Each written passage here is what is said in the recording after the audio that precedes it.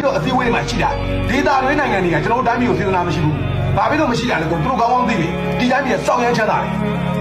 ဒီတိုင်းပြည်ကလူတွေစာတက်သွားရင်ဒီတိုင်းပြည်ကငြိမ်းချမ်းသွားရင်ဒီတိုင်းပြည်ကခင်မိသွားရင်လူတွေအကုန်လုံးခင်မိသွားရင်နတ်သွားကြရင်သူတို့အချောင်မရတော့တိတစ်ချက်အလုံသမားချောင်မရတော့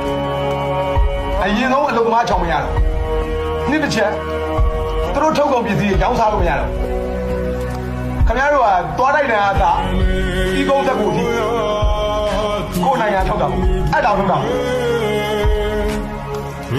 အိန္ဒိယနိုင်ငံတွေကသူတို့ပစ္စည်းရောင်းစားလို့မရတော့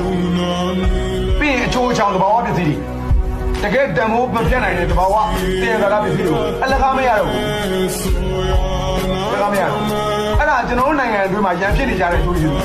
ကျွန်တော်တို့နိုင်ငံအတွင်းမှာဝမ်းမဖြစ်တဲ့ကျိုးကျေးဇူးပဲကျွန်တော်တို့နိုင်ငံအတွင်းမှာဘူးကြာလေးတန်ကြတဲ့ကျိုးကျေးဇူးကျွန်တော်တို့နိုင်ငံအတွင်းမှာငင်းငင်းချင်းချင်းမနေတဲ့ကြတဲ့ကျိုးကျေးဇူးကျွန်တော်တို့နိုင်ငံအတွင်းမှာတောက်တော်သားတွေအောက်တန်းသားတွေများနေ